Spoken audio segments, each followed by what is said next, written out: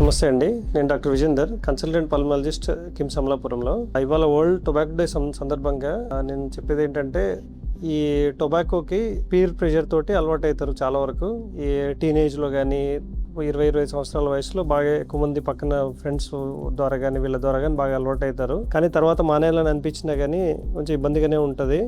అలవాటు అయిన తర్వాత ఈ మొదట్లో నికోటిన్ రిలీజ్ అవ్వడం, నికోటిన్ తర్వాత అడ్రినలిన్, అది మన డోపమిన్ అనేది రిలీజ్ అవ్వడం వల్ల వాళ్ళకి స్టార్టింగ్లో ఆనందం అనిపిస్తుంది. కానీ తర్వాత స్మోకింగ్ చేస్తూ తర్వాత డోపమిన్ రిలీజ్ కూడా తగ్గిపోవడం, మొదట్లో ఇచ్చినంత కిక్ ఇవ్వదు అనమాట. తర్వాత మానేద్దాం అనుకున్నా కానీ వాళ్ళు ఎవరిని అప్రోచ్ అవ్వాలి, ఎలా అవ్వాలి అనేది తెలియక సతమతమవుతూ ఉంటారు.